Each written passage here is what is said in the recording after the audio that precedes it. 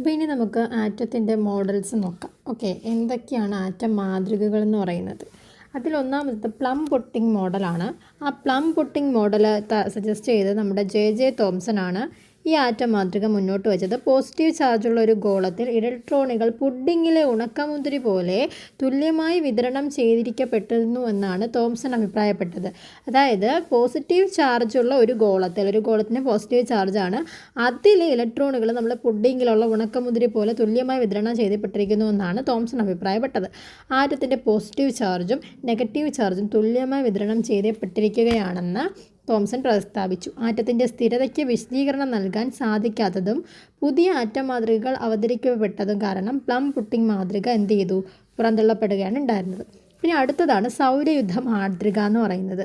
സൂര്യന് ചുറ്റും ഗ്രഹങ്ങൾ കറങ്ങുന്നത് പോലെ സൗരയുദ്ധ മാതൃകയ്ക്ക് സമാനമായ ഒരു ആറ്റം മാതൃകയാണ് റുദർഫോർഡ് എന്ത് ചെയ്തത്?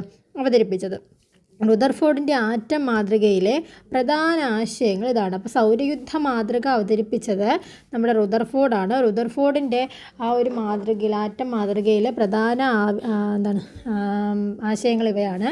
സൂര്യന് ചുറ്റും ഗ്രഹങ്ങൾ കറങ്ങുന്നത് പോലെ ന്യൂക്ലിയസിന് ചുറ്റും ഇലക്ട്രോണുകൾ എന്ത് ചെയ്യുന്നുണ്ട്? കറങ്ങുന്നുണ്ട്.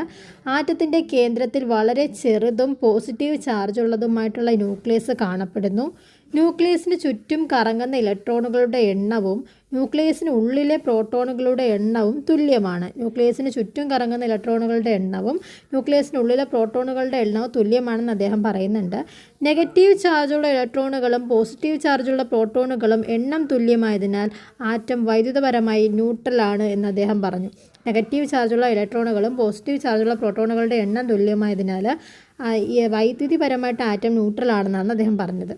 ഇനി ഓർബിറ്റുകൾ എന്നറിയപ്പെടുന്ന വൃത്താകൃതിയിലുള്ള സഞ്ചാരപഥത്തിലൂടെ ഉയർന്ന വേഗത്തിലാണ് ഇലക്ട്രോണുകൾ സഞ്ചരിക്കുന്നത്.